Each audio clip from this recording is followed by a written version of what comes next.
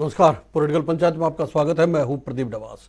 प्रदेश में करीब 2.25 साल से चल रही बीजेपी जेजेपी गठबंधन सरकार में कल यानी मंगलवार को मंत्रिमंडल विस्तार होने जा रहा है। इस विस्तार में 2 नए मंत्री बनेंगे। इनमें एक जेजेपी के कोटे से और एक विधायक बीजेपी के कोटे से बतौर मंत्री शपथ लेंगे। मंत्रिमंडल विस्तार को लेकर पिछले काफी समय से कयास लगाए जा रहे थे। अब देखना यही है कि दोनों पार्टियों में किस किस विधायक की किस्मत खुलने जा रही है। हालांकि दोनों ही पार्टियों को अपने अपने हिसाब से क्षेत्र और वर्ग को ध्यान में रखना भी जरूरी रहेगा। कहा जा रहा है कि बीजेपी की ओर से वैसे समाज को प्रतिनिधित्व दिया जा सकता है। ऐसे में हिसार से विधायक डॉक्टर कमल गुप्ता का नाम सूत्र सबसे ऊपर रखकर चल रहे हैं। इसके अलावा पंचकुला से विधायक और विधानसभा अध्यक्ष ज्ञानचंद गुप्ता का नाम भी चर्चाओं में लिया जा रहा है। लेकिन कुछ जानकारों का यह भी कहना है कि बीजेपी फिलहाल स्पीकर ना भी बदले। यह हो सकता है। अगर ऐसा किया जाता है तो फिर बजट सत्र से पहले विशेष सत्र बुलाकर स्पीकर का चयन करना होगा।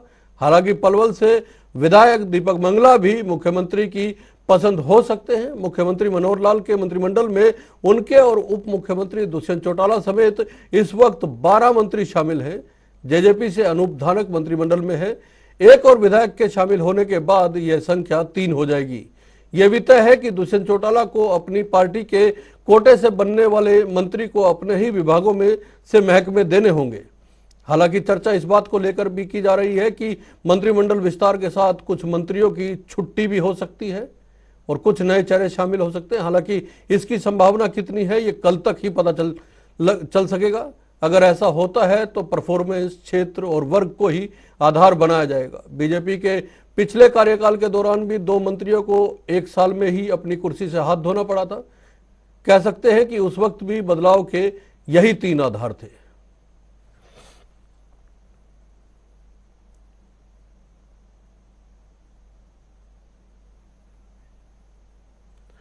जी, बड़ा दिन कह सकते हैं। कल मंत्रिमंडल विस्तार होने जा रहा है। 2.25 साल हो चुके हैं गठबंधन की सरकार को। हरियाणा में 2 पद खाली हैं मंत्रिमंडल में। इस वक्त मुख्यमंत्री और उप मुख्यमंत्री समेत कुल 12 लोग मंत्रिमंडल में हैं। एक जननायक जनता पार्टी के कोटे से और एक भारतीय जनता पार्टी के कोटे से विधायक को कल मंत्री पद की शपथ दिलवाई जाएगी। इसमें तय है कि एक मंत्री कैबिनेट मंत्री के तौर पर शपथ लेंगे। किसकी किस्मत खुलेगी ये तो कल शाम तक पता चल जाएगा।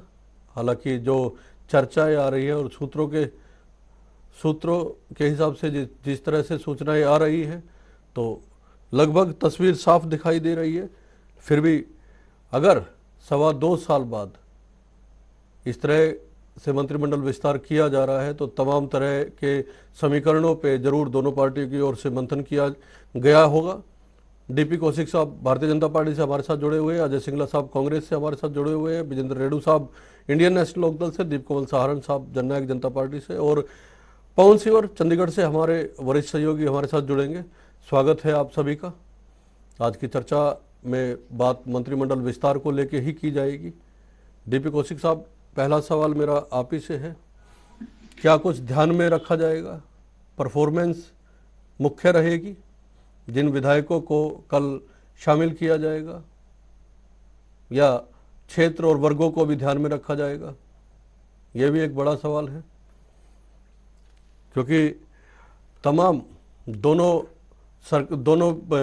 दलों की सरकार मिलकर 2.25 साल हो चुके हैं और विस्तार के कयास पहले से लगाए जा रहे थे।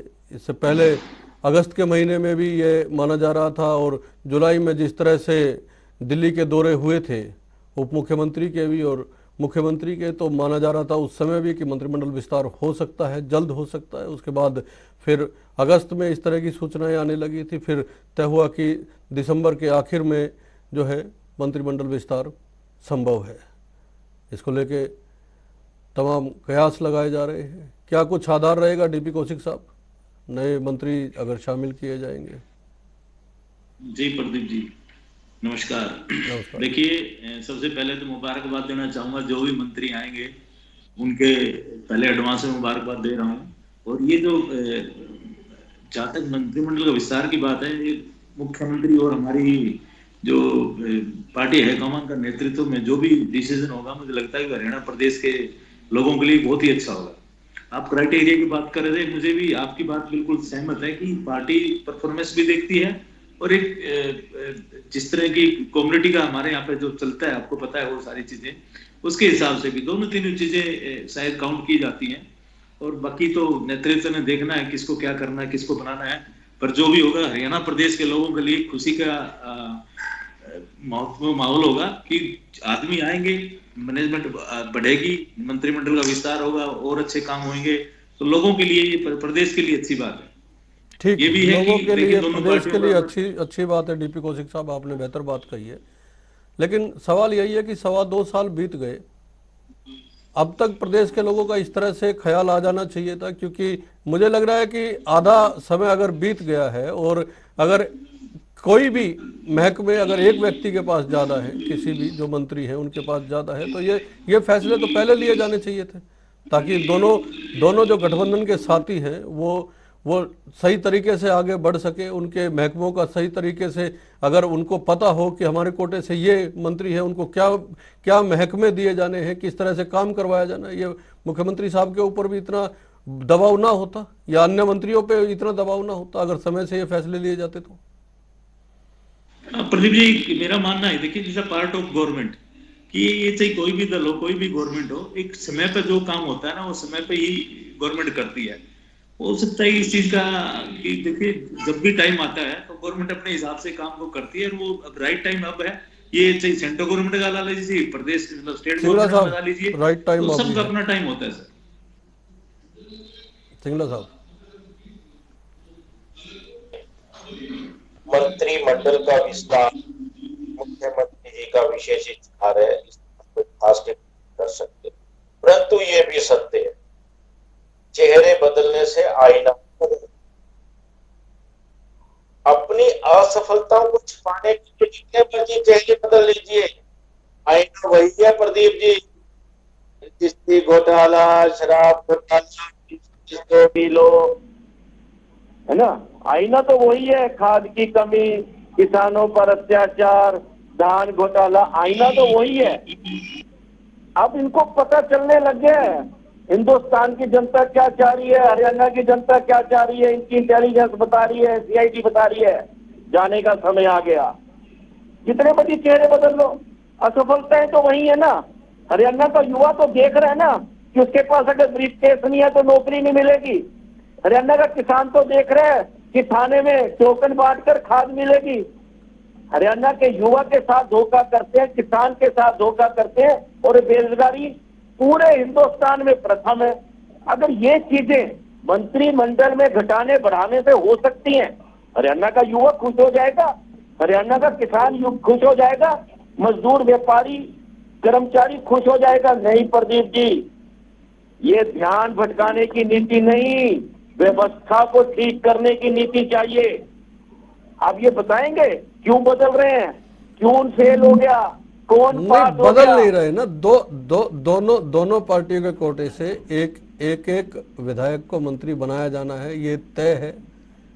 उनको कल शपथ दिलवाई जाएगी। मैं तो आप ही की बात का जवाब दे रहा हूं कि संभावना ऐसी भी है जी, जब जनता ने इनको ही बदलने का मन बना लिया है, ये किसी को बदलते रहे, इनके बदलने से जनता का मन नहीं बदलने वाला। चलिए मैं चंडीगढ़ का रुख करूंगा। असफलताओं का निकाला नहीं मुख्यमंत्री है। आवास के बाहर पवन सिंह और हमारे संवाददाता इस समय मौजूद हैं।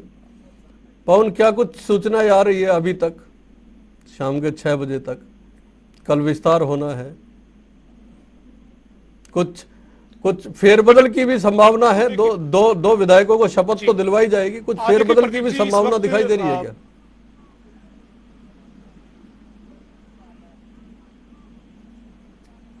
हाँ बिल्कुल, देखिए प्रदीप जी, इस वक्त मैं हरियाणा के मुख्यमंत्री मनोहर लाल के आवास के बाहर मौजूद हूँ, और यहाँ पर जो वो मैं आपको जानकारी दे दूं, इसके साथ साथ यहाँ की हलचल भी मैं दिखा देता हूँ कि यहाँ जो है वो गहमा गहमी बढ़ी हुई है।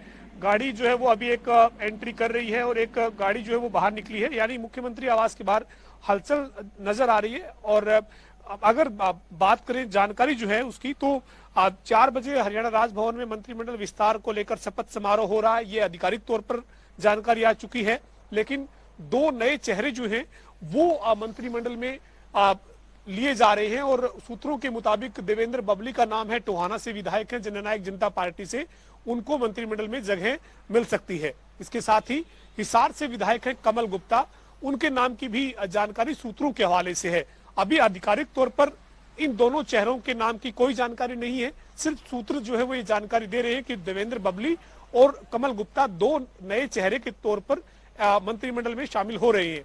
परफॉर्मेंस अगर आधार बनती है तो फिर 2 से 3 चेहरे कैबिनेट से बाहर भी हो सकते हैं, लेकिन अभी तक जो पूरा दिन भर की जानकारी है, इस जो मंत्रिमंडल का शपथ समारोह हो रहा है इसके बाद हमने लगातार जो तमाम जानकारी जुटाई है उसमें कोई परफॉर्मेंस इस मंत्रिमंडल विस्तार में आधार बनेगा ऐसा नजर नहीं आ रहा। यानी मेरा कहने का मतलब है कि फेरबदल की संभावनाएं फिलहाल नजर नहीं आ रही है। मैं रेणु साहब के पास जाऊंगा, उससे पहले मैं दीपकमल जी से एक सवाल लेना चाहता हूँ। दीपकमल जी, आपकी पार्टी के एक विधायक को कम से कम पहले मंत्रिमंडल को लेकर दबाव भी आपकी ओर से इस तरह की खबरें आती रही कि कम से कम जल्दी विस्तार किया जाए। पिछले साल भी आप लोगों ने कहा कि विस्तार आपके पार्टी के मुखिया की ओर से भी इस तरह के बयान आए थे कि मंत्रिमंडल विस्तार जल्दी हो सकता है, लेकिन उसमें लगभग 1 साल का समय लग गया। आपको लगता है कि देरी हुई है?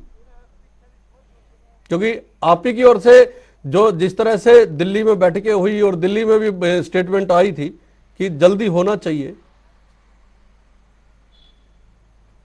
प्रदीप जी, देखिए, गठबंधन सरकार है और मिलजुल कर जो ठीक समय लगता है उस समय ठीक निर्णय लिया जाता है। आज सुबह ही डिप्टी सीएम साहब ने सिरसा में कहा था कि 48 घंटे में मंत्रिमंडल का विस्तार हो जाएगा। तो अब कल 4 बजे मंत्रिमंडल का विस्तार हो रहा है, नए मंत्री बनेंगे और जो चेहरे सामने आएंगे, जो जिन लोगों को नई जिम्मेदारी मिलेगी वो भी सरकार की नीतियों के साथ काम करेंगे, आगे बढ़ेंगे। लेकिन मैं हैरान इस बात पर हूँ कि देश में सबसे पुरानी पार्टी कांग्रेस के लोग अब मंत्रिमंडल विस्तार को भी कह रहे हैं कि लोगों का ध्यान भटकाने की कोशिश है। एक बड़ी ही आम प्रक्रिया जो हर सरकार, हर राज्य और हर जगह पर होती रही है, एक आम प्रक्रिया का हिस्सा है मंत्रिमंडल विस्तार, नए मंत्रियों की शपथ, बदलाव।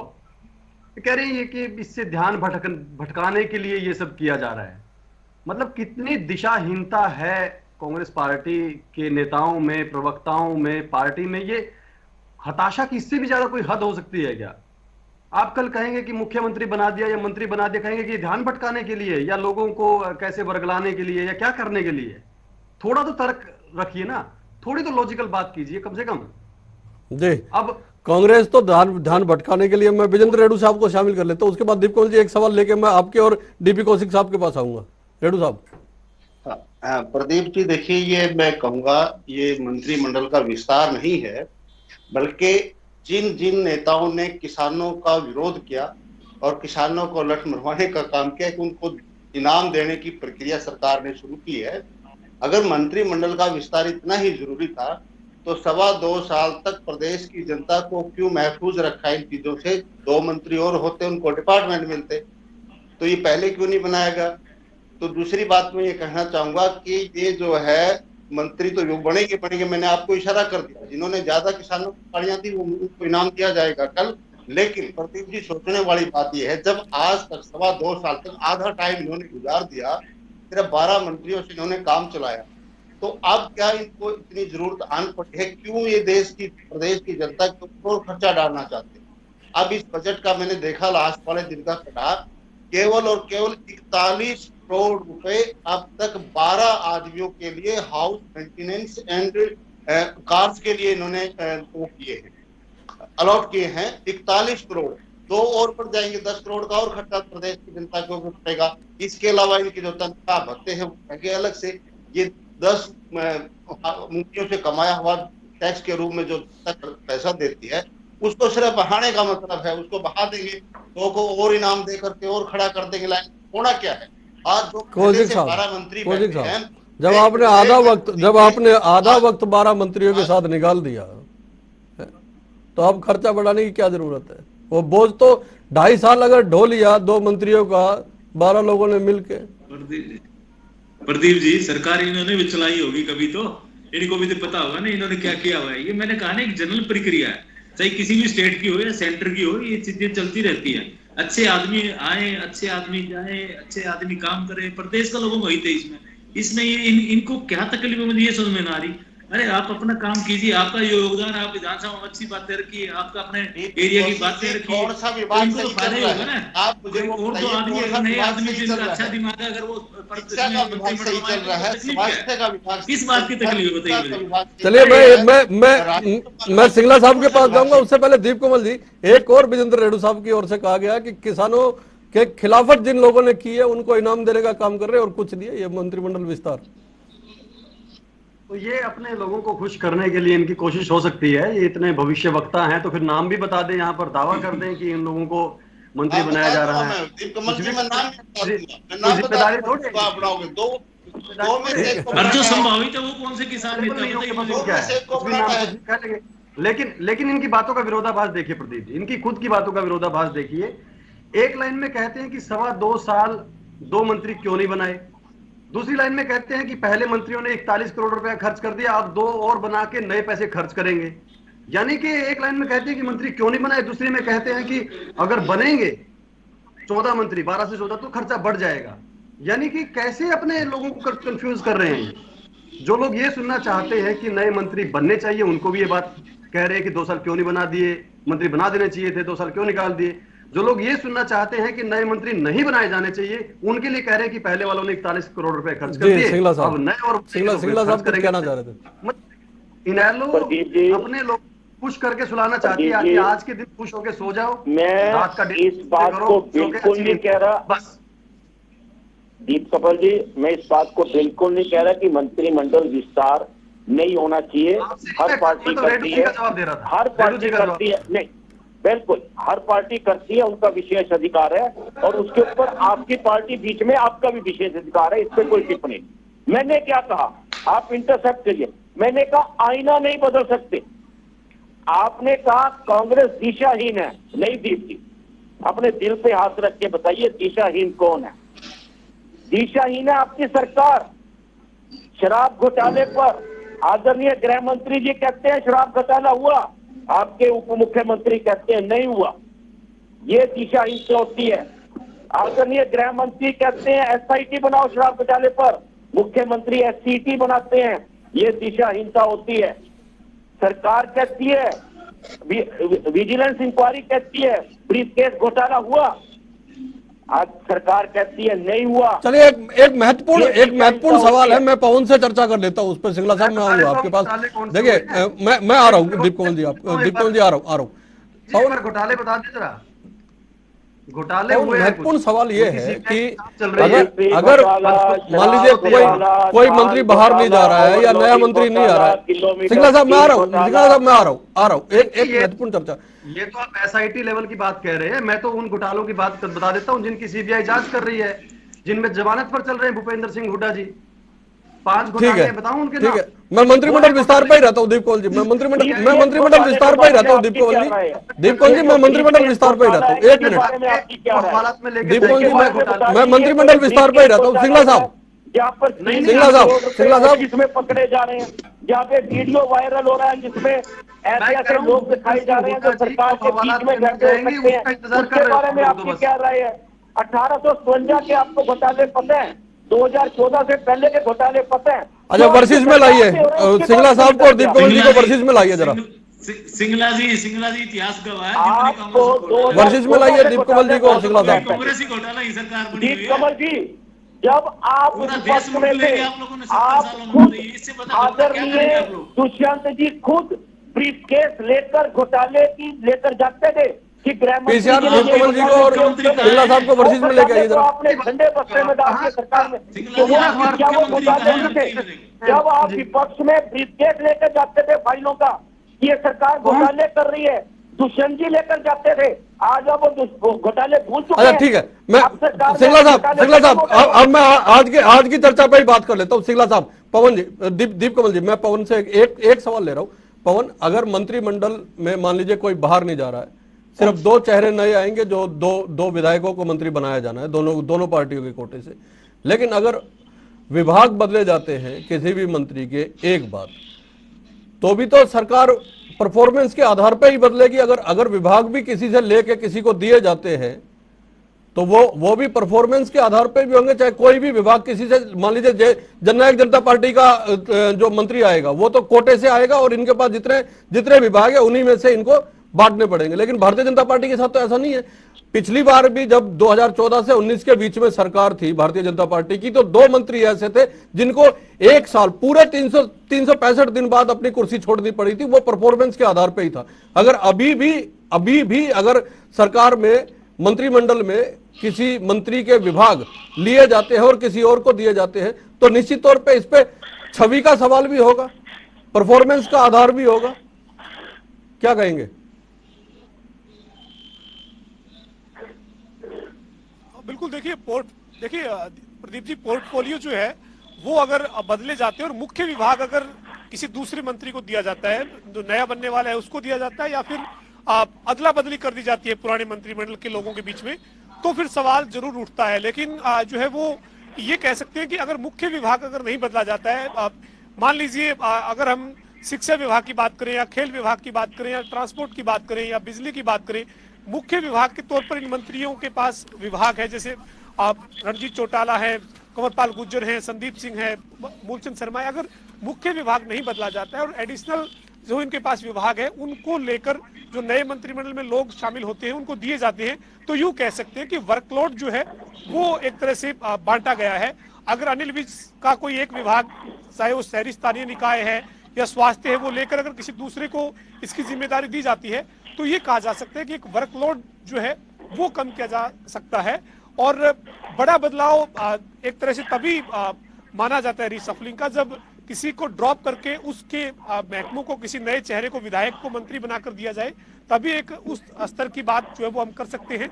लेकिन ये जरूर है कि 2.25 साल से लगभग जो इंतजार था वो इंतजार कल शाम को 4 बजे खत्म हो रहा है और हरियाणा में नया मंत्रिमंडल विस्तार जो है वो पहला विस्तार इसे कहेंगे होने जा रहा है और 2 नए चेहरों को फिलहाल इसमें शामिल किए जाने की जानकारी है। लेकिन प्रदीप जी, जो आज की रात है ये भी कयामत की रात है, चूंकि क्या देर रात या रात को जो है वो क्या कोई और बड़े उलटफेर की संभावना बनती है, कल 4 बजते बजते तस्वीर क्या पता बिल्कुल दूसरी हो जाती है, ये देखने वाली बात जरूर रहेगी। ये दिल्ली के दौरे भी शुरू हो चुके हैं, तमाम विधायकों के और मंत्रियों के भी दिल्ली दौरे हैं।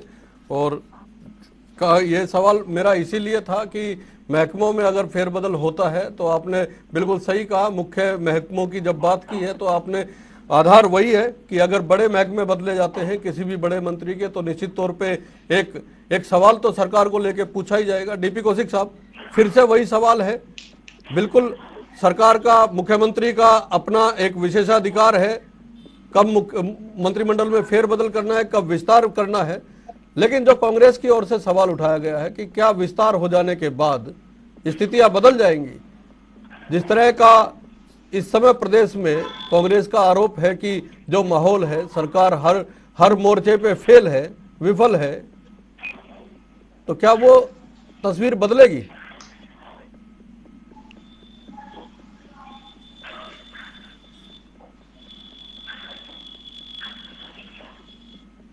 आवाज आ रही है कौशिक साहब? चलिए मैं दीप कमल जी से इसी सवाल का जवाब ले लेता हूं। प्रदीप जी, देखिए, अगर विपक्ष के लोग सरकार की सराहना कर दे तो उस दिन तो इनको घर बैठना पड़ेगा। अगर ये अपनी जुबान से 10 बार की बजाय 100 बार भी ये कहते रहेंगे कि ये घोटाला हुआ या ये सरकार फेल है इस तरीके से, तो ये अपने लोगों को ही खुश कर सकते हैं, उससे कोई सच साबित नहीं हो जाता। वो स्थितियां कैसे बदलेंगी? स्थितियां कांग्रेस पार्टी के लिए बिल्कुल नहीं बदलेंगी। उनकी इलाहाबाद में जमानत जब्त होती है तो ऐसी जमानत जब्त, उनकी वो जो हालत है पार्टी की गुटबाजी की, वो सरकार के काम करने या मंत्रियों के विस्तार होने से कैसे बदलेगी? उनके वहां पर अपने अध्यक्षों को पीटा जाता रहेगा और एक नए अध्यक्ष के खिलाफ विधायक इकट्ठा होकर या कोई नेता इकट्ठा होकर अपने दरबार लगाता रहेगा, तो वो स्थितियां सरकार कैसे बदले? इनका तो सुधार इनको खुद ही करना पड़ेगा। अब 5-5 घोटाले, पांचों के पास जमीन के, मानेसर में हजारों एकड़, गुड़गांव में वाड्रा को दे दिए इन्होंने 10 एकड़, यहाँ पर उन्होंने 13 प्लाट दे दिए अपने चहेते हुए इंडस्ट्रियल प्लाट पंचकुला में, 1 प्लॉट इन्होंने दे दिया वहां पे कांग्रेस पार्टी के हाईकमान को उनका अखबार चलाने के लिए 1982 के रेट में, 1982 के रेट का प्लॉट जो है इन्होंने 2007 में दे दिया। ये 5-5 जो जमीन के घोटाले, वो बड़े कलाकार हैं भूपेंद्र सिंह हुड्डा जी, की सारे घोटाले जमीन से रिलेटेड ही करते हैं। रोहतक के लोग बताते हैं कि वो प्रॉपर्टी डीलर का काम करते थे रोहतक में, अब उन्होंने पूरे हरियाणा में प्रॉपर्टी डीलिंग स्टार्ट कर दी। तो मुख्यमंत्री होते हुए ऐसे लोग जब सरकार चलाएंगे तो सीबीआई उनके दरवाजे पर खड़ी रहेगी और फिर उनके प्रवक्ता ऐसे ही यहाँ दिशाहीन बातें करेंगे कि सरकार ये करके ध्यान भटका रही है, ये करके ध्यान भटका रही है। 5 साल तक इन्होंने सरकार चलाई ऐसे विधायकों के साथ जो आखिरी दिन अयोध्या हो गए। भाजपा के 5 विधायक तोड़े और 5 के 5 विधायक आखिरी दिन अयोध्या साबित हो गए। 9 इन्होंने सीपीएस बनाए थे, चीफ पार्लियामेंट सेक्रेटरी 9। लेकिन दीप कमल जी सवाल तो ये भी है कि जिस तरह से सरकार ने सुनिए दीप कमल जी, जिस तरह से सरकार ने किसान आंदोलन के दौरान मान लिया था कि नहीं समझा पाए हैं कुछ किसानों को, तो सदन में भी तो यही रहा कि आप बताते रहे कि कोई भ्रष्टाचार नहीं है, भर्तियों में किसी तरह की कोई धांधली नहीं है, किसानों को कोई दिक्कत नहीं हो रही है। लेकिन असल में तो ना विपक्ष समझ पा रहा है और प्रदेश के लोगों को कैसे समझाएंगे, ये एक बड़ी बात है ना, बात समझाने की है। उस समय भी विपक्ष का जिम्मा तो है ही नहीं ना, विपक्ष का जिम्मा हमारे पास क्यों है? हम इनकी पार्टी और इनके लोगों को संतुष्ट क्यों करें? प्रदेश के लोगों को तो समझ में आना चाहिए ना। इकट्ठा नहीं हो सकते, एक दिन इकट्ठा होके तो आ जाए, एक दिन तो इकट्ठा होके आ जाइए।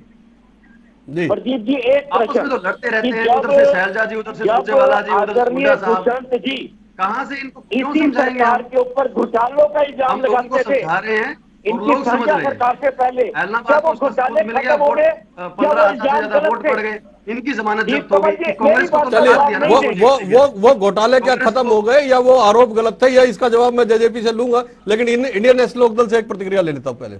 कोई घोटाला हुआ ही नहीं, कौन से घोटाला की आप बात कर रहे हो प्रदीप जी? ये अगर कांग्रेस के लोग घोटाला रहेंगे घोटाला हो जाएगा। सरकार की सराहना करेगा तो कोई एक जांच होगी। मैं दीप कमल जी से पूछना चाहता हूँ, या कौन सी प्रशंसा हमसे करवाना चाहते हैं? ये रजिस्ट्री घोटाले की प्रशंसा करवानी, इतने सारे बड़े बड़े घोटाले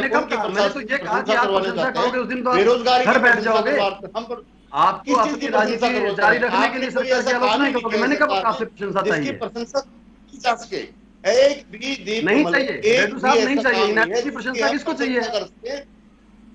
नहीं, आप कह रहे हो ना अभी सरकार की प्रशंसा नहीं करता विपक्ष, क्यों करेगा? जिस दिन आप कर दोगे उस दिन तो घर बैठ जाओगे, कर ही नहीं सकते आप। आपके एक लाइन नहीं बोल सकते आप प्रशंसा की, एक भी संभव ही नहीं। ऐसा काम नहीं किया जिसके आधार पर ये आपके कहते हैं हमारी प्रशंसा होनी चाहिए। कौन सा काम एक किया, हाँ बताइए। कोरोना काल में प्रशंसा नहीं चाहिए सर, आप प्रशंसा नहीं चाहिए, हुआ किसान आंदोलन में होनी चाहिए, हुआ हजारों घोटाले आपने करवा दिए, कोई भी विभाग आपका सही से नहीं चल रहा है, किस बात की प्रशंसा की आप उम्मीद करते हैं? प्रशंसा का कोई काम ही नहीं किया दीप कमल जी, प्रशंसा कर देते। प्रशंसा का काम नहीं किया, कल मंत्रिमंडल विस्तार है,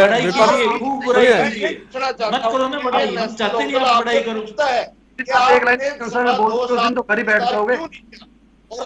लोगों को आप मेरे पास आखिरी एक मिनट बचा है। मैं एक प्रतिक्रिया अजय सिंगला जी से लूंगा, उसके बाद डीपी कौशिक और दीप कमल जी दोनों से आप इसे एक प्रतिक्रिया छोटी जल्दी खत्म कीजिएगा। प्रदीप जी जितने मर्जी चेहरे बदल लो, मेरा वही जवाब है, आईना नहीं बदल सकता।